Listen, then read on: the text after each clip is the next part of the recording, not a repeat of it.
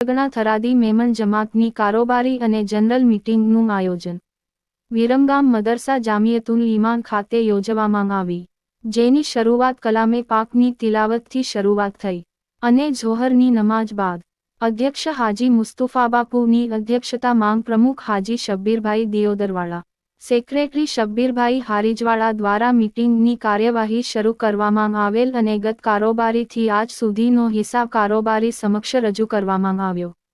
તે પછી ગત કારોબારીથી પડતર રહેલા કેસોના સમાધાન કરવામાં આવ્યા અને બીજી ઘણી જરૂરી સામાજિક ચર્ચા વિચારણા બાદ પ્રમુખ સાહેબ અને સેક્રેટરી સાહેબ દ્વારા આભાર વિધિ સાથે મીટિંગનું સમાપન ઈશાની નમાજ બાદ કરેલ.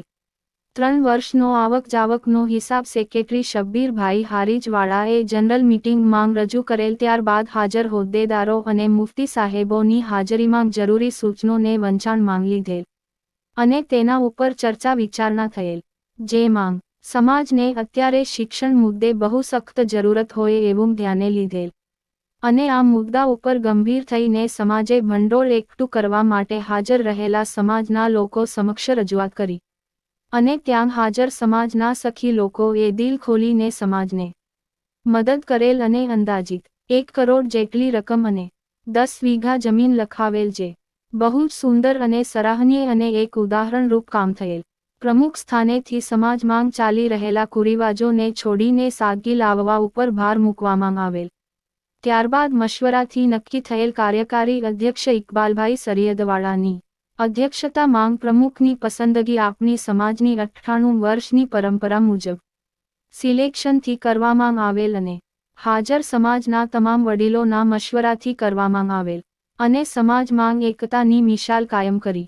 ત્યાર પછી નવા પ્રમુખ સાહેબે સેક્રેટરી તરીકે શકુરભાઈ સાંચોરવાળા અને ઉપપ્રમુખ તરીકે ઇકબાલભાઈ સરિયદવાળા ની પસંદગી કરેલ. જનરલ અધિવેશનમાં બહુ જ કાબિલે તારીફ વ્યવસ્થા વિરમગામ જમાત તથા ખિદમતના સાથીઓ દ્વારા મુફ્તી સલાઉદ્દીન સાહેબની આગેવાની હેઠળ સફળતાપૂર્વક કરવામાં આવેલ, જે કાબિલે તારીફ છે.